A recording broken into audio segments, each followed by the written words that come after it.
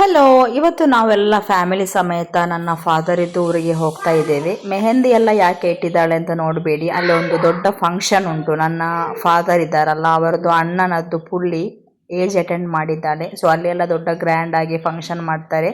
ಇಲ್ಲಿಂದ ರೈಲ್ವೆ ಸ್ಟೇಷನ್ವರೆಗೂ ನಮ್ಮ ಬಾವ ಡ್ರಾಪ್ ಮಾಡ್ತಾರೆ. ಆಮೇಲೆ ಅಲ್ಲಿಂದ ನಾವು ಟ್ರೈನಲ್ಲಿ ಹೋಗಬೇಕು. ಟ್ರೈನ್ ನಮಗೆ ಕರೆಕ್ಟಾಗಿ 1:55ಗೆ ಟ್ರೈನ್.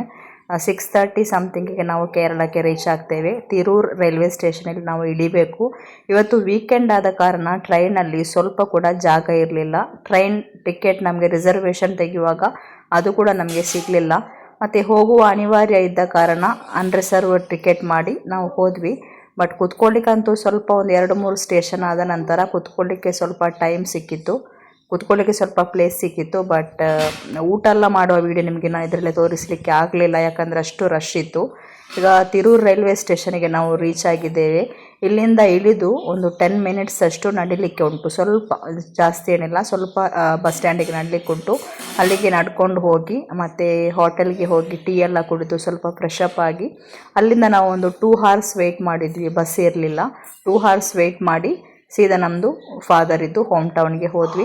ಅಲ್ಲಿ ಹೋದ ತಕ್ಷಣ ನಮ್ಮದು favourite fish curry, pappadam, fish fry ಎಲ್ಲ ಮಾಡಿದರು.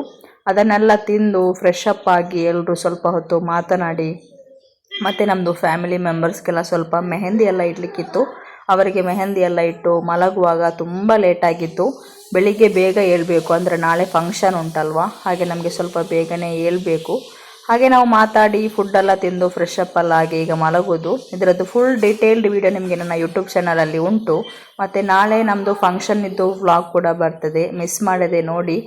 Thank you so much for watching till the end. See you on my next another function vlog. Bye. Assalamu alaikum.